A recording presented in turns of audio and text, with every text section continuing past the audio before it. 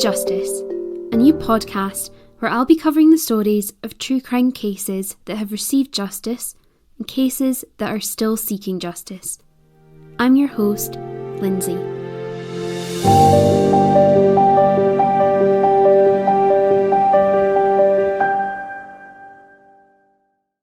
Today I will be covering the case of Breck Bednar, who was murdered at age 14 after meeting someone he thought he knew from online. Breck was born on the 17th of March 1999 to his parents Lauren and Barry.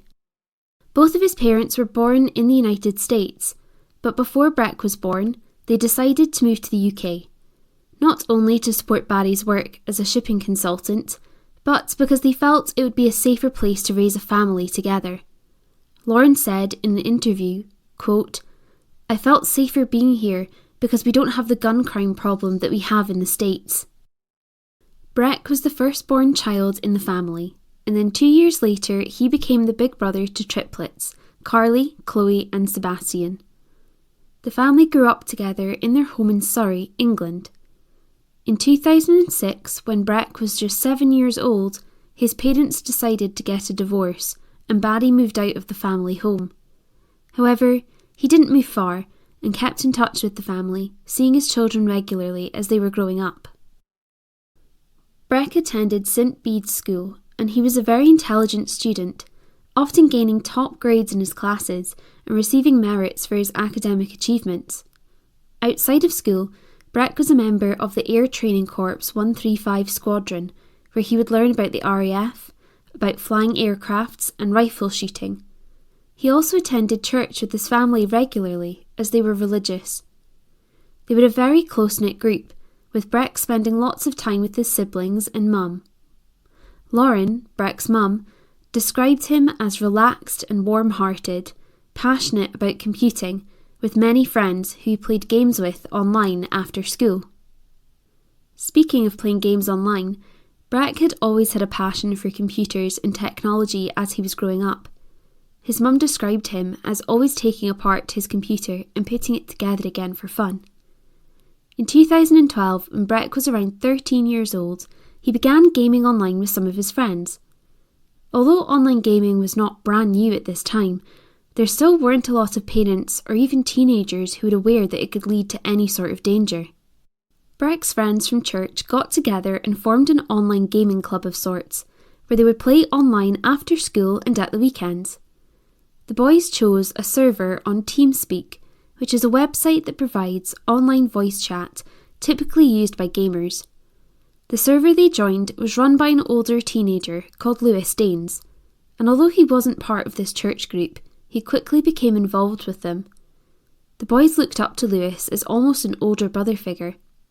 He would speak to them in online chats about his life. He also gained some merit with the group when he would buy them video games that were age-restricted to 14-year-olds. Over a number of months in this server, Lewis would continue to tell the group about his personal life. The group was gaming for up to 6 hours every evening together, and more at the weekends, so you can get an idea of how much time was spent conversing with each other and building up a relationship between Lewis and the group of 6 friends. Lewis Danes created a picture of himself as someone these young, impressionable boys would aspire to be over several months. He told them that he was originally from Essex, but he had moved to New York to do some work for the Secret Service. He also said that he was a computer programmer who had made millions through several businesses that he owned. He knew so much about video games, about online communities and technology, that he could often answer almost any question the group of boys put to him. So as you can imagine, they had no real reason to doubt him. Lewis was in a position of power, being older, being the one in charge of the server, and of course, coming across more knowledgeable than the rest of the boys in the group. Breck's mum has described that he would leave his bedroom door open when he was gaming and speaking to his friends. When she entered the room and said hello to the boys, they would greet her and sometimes send gifs or images that she could see on the screen. Nothing inappropriate at all, which gave her a sense of security. However, that security would begin to dwindle when she questioned the unknown voice in the chat. she heard a voice that she considered to be a deep, adult male voice speaking, and when she asked Breck who this was, he showed her the profile picture on Lewis's account. Lauren described this image as an attractive teenager and expressed doubts to Breck that this was a real person. It was almost too good to be true. Breck assured his mother that he knew that Lewis's face wasn't real, but that Lewis had to use a fake picture due to the fact that he worked for the Secret Service. This immediately set off alarm bells for Lauren, as you can imagine, and she became warier of what Breck was doing online. The gaming and online chats continued, however, and the group of boys would speak about what they wanted to do when they grew up. Lewis then spoke to Breck privately and told him that if he wanted a job at Microsoft when he was 16, instead of finishing school, he could make it happen for him. As Breck was so interested in computers and programming, you can imagine that this would have nearly been a dream come true for him. As time went on, the group began to question Lewis's behaviour. They asked him for some real pictures as they were starting to doubt his stories. Lewis always avoided the question and found ways out of giving them a real image. One time, he did send a picture, but Breck's friends said that they found it online pretty quickly, proving that it was a fake. Because Lewis was the owner of the server that they were gaming in, he could control what was happening, meaning if one of the boys would question his lies or say something that he didn't like, he could kick them out of the game or mute them on the group chat. He would also often be in a private chat with Breck and not allow the other boys to join. This behaviour from Lewis began to cause arguments within Breck's friendship group. When some of Breck's friends approached him with their doubts about Lewis, he became quite defensive and angry. The boys wanted to game together, so carried on, but tried to distance themselves from Lewis and not engage in a conversation that would start an argument. They didn't really think that Lewis was dangerous, just that he was someone who lied to make his life sound better than it was. In his family life, Breck had begun to speak about Lewis more often, and over several months, Lauren noticed a change in his behaviour and attitude. Breck turned 14 in March of 2013, and it was around this time that he began to isolate himself from family and friends. Breck began to skip his sessions at the Air Training Corps, missing out on trips away and activities that he used to love. He also began to refuse to go to church, despite previously being a committed member and it being something he'd done with his whole family since they were all little. Lauren decided that she was going to limit his access to online gaming. She put parental controls on his computer and forbade him to access the server that Lewis was a part of.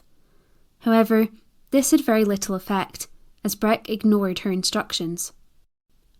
Lauren felt like she had to do something about this, and after a further 6 months of Breck speaking to Lewis online, having mood swings, becoming aggressive, and not spending the time he used to with his family, she phoned the non-emergency police number in the UK in December of 2013.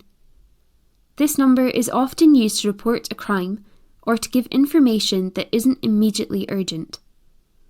Whilst on the phone with the call handler, Lauren told them that she was worried that Breck was being groomed online by Lewis Danes.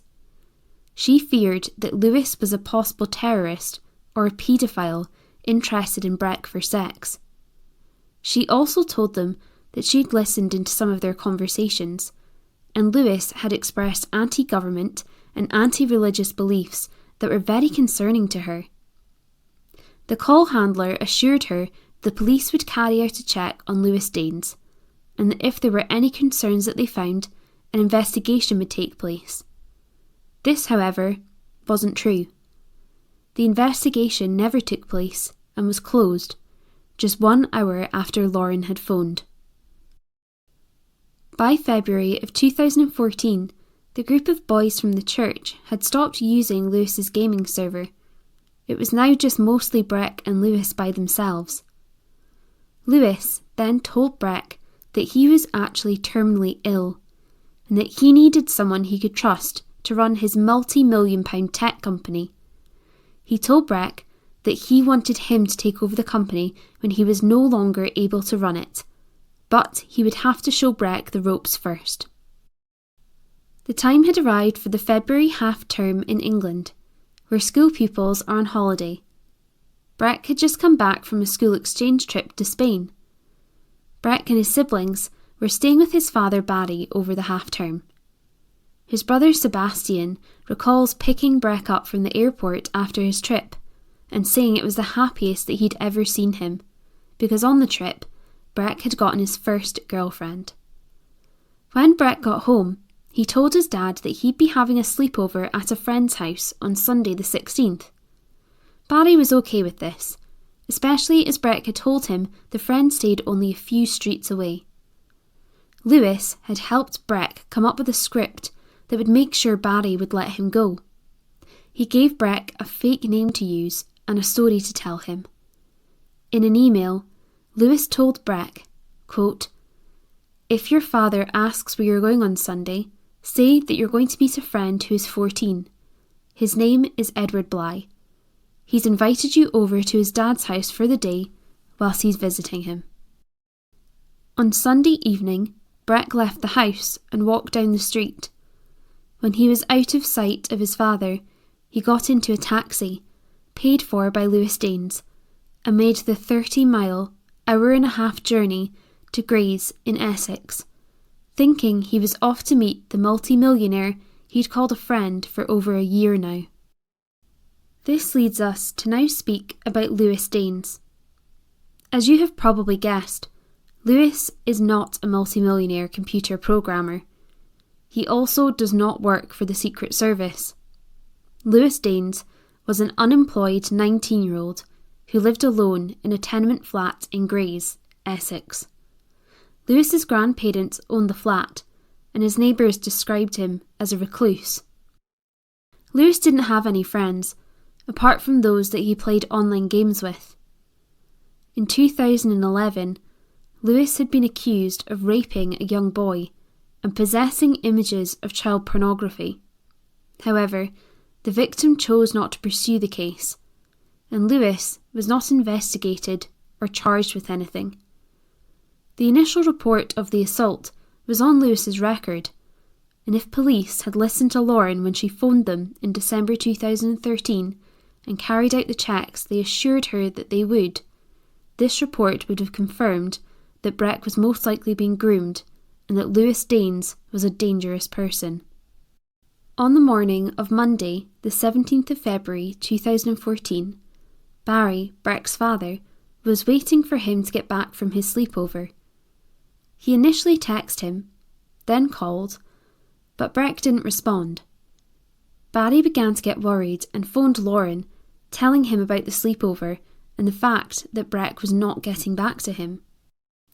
Meanwhile, at 11:06 a.m, the Essex police received a phone call from Lewis Danes, who throughout the duration of the call was calm and emotionless, at points even speaking condescendingly to the police and asking the handler not to interrupt him. He told the call handler that he needed the police and a forensics team to come to his flat. When the call handler asked what had happened, he replied that he and his friend had gotten into an altercation and that he was the only one who had come out of it alive. The call handler asked if Lewis was telling them that he'd killed somebody, and he replied, yes. Lewis then said his friend had tried to kill himself and he tried to stop him.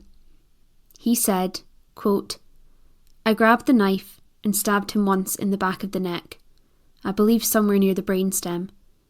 I don't remember exactly what happened, but the fight ended with me cutting his throat."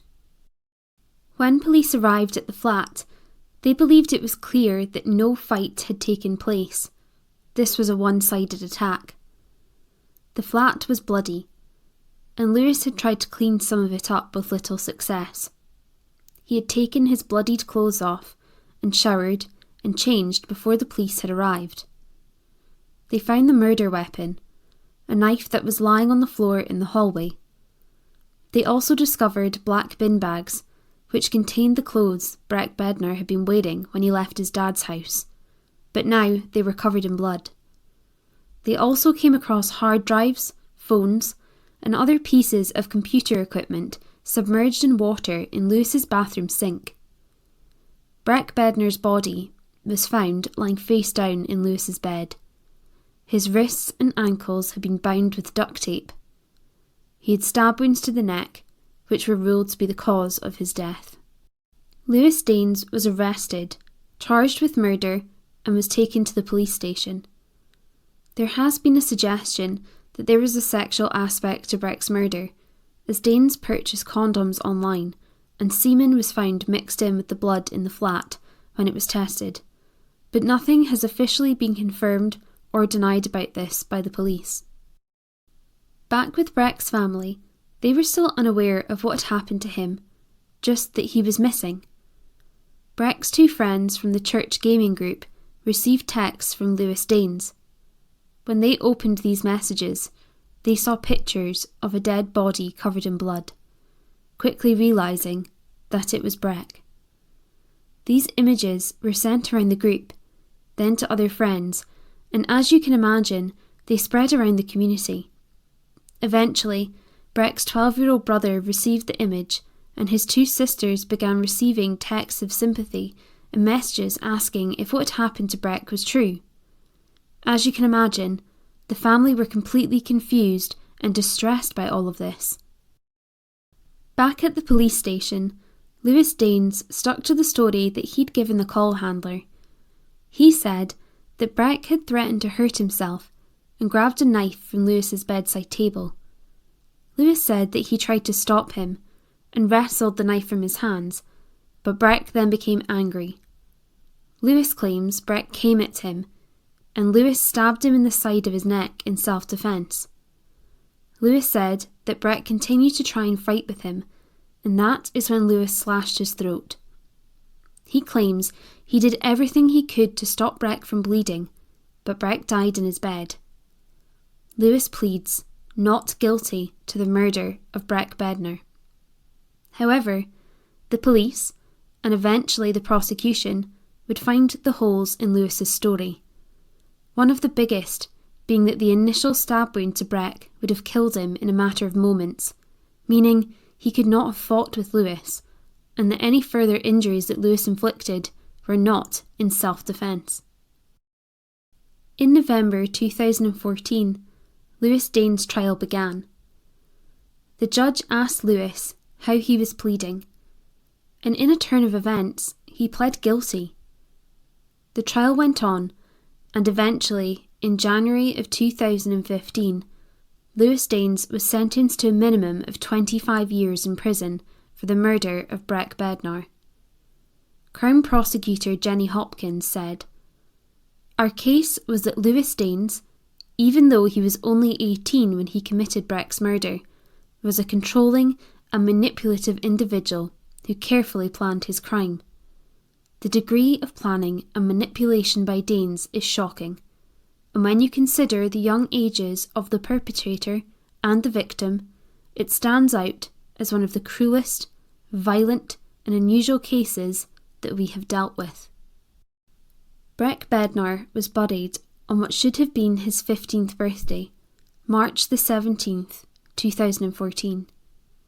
His funeral was held at the church he so regularly attended with his family and with the group of friends he used to play online games with. Hundreds of people gathered to pay their respects, and members of the Air Cadets played their band instruments in the funeral procession. Breck's parents said in a family statement, quote, "Today we should have been celebrating our son Breck's 15th birthday. Instead, we are burying him, after his life was cut so tragically short. The amazing number of people attending his service is a tribute to Breck's outgoing nature, both at school and amongst his wider circle of friends. This turnout is no surprise to us, as he has always been a sociable and good-natured child, and as our eldest, at the heart of our family." This, however, wasn't the end of this case. Lewis Daines made 2 blog posts from prison in an attempt to give what he claims is his side of the story. In these, he tries to contest inaccuracies in media reporting, in a BBC documentary made about the case, and he calls out the media for their attitude towards online gaming communities. Lewis also tries to pick on the language used by Breck's family, especially when they called his apartment grotty. He argues against this, stating that his flat is clean and modern. He also claims that he was in fact wealthy, and he was intending to leave the UK the following day for a brand new job. He claims that Breck saw his packed suitcase, and that was what upset him into fighting with Lewis. He didn't want to be abandoned. Lauren tried to claim a harassment charge, but police said that there was insufficient evidence. In 2019, one of Breck's sisters began receiving taunts on Snapchat from someone claiming that they were Lewis Dane's cousin. They sent her images and messages implying that they were watching her and the family. They also threatened to smash Breck's gravestone. Police again were contacted, but they did not pursue this person, rather telling the family that if they felt unsafe, they should install security systems at their house. In the aftermath of Breck's murder, Lauren, his mother, kept feeling like this could have been entirely preventable. Lauren sued the Surrey and Essex police departments for their failure to help her after she reported concerns that her son was being groomed online. The Independent Police Complaints Commission carried out investigations into both of the police departments and stated that they felt the person who had taken Lauren's call did not have the expertise to handle the report appropriately. They said that calls of this nature should be directed to a specialist agency that deals with reports of grooming. They also referenced the fact that the police did not actually carry out a check on Lewis Danes as they said they would, meaning the report of him being accused of raping a minor was not flagged up and he was not investigated any further. They concluded that this error most likely cost Breck his life. Lauren then went on to establish the Breck Foundation, which aims to raise awareness of online dangers and promote responsible use of the internet. Leicestershire Police produced the short film called Breck's Last Game, a docudrama about the case, and it is currently used in schools around the UK to help warn pupils about the dangers of catfishing and meeting someone they don't know from online. In 2019, playwright Mark Wheeler published a play called Game Over, telling Breck's story through the words of his friends and family. The play is used in schools during drama and PSC lessons to help pupils understand how grooming can take place and what signs they should be looking out for amongst their friends and family members. Lauren said to the BBC, quote, "I want Breck's tragedy to open the eyes of everyone, to recognise the dangers of online predators. It is a very real danger today. We all need to look after each other. People think it only happens to antisocial kids, but it's just not true." If you would like to get more information about the work that Lauren continues to do across the UK, you can find information at thebreckfoundation.org. As we come to the end of this podcast, I wanted to remember Breck as an intelligent, charismatic teenage boy who loved gaming and the digital world and who enjoyed spending time with his friends and his family. Thank you for listening to this podcast. If the platform you're listening on allows reviews, I'd be grateful to hear what you think, and I hope to see you in the next episode.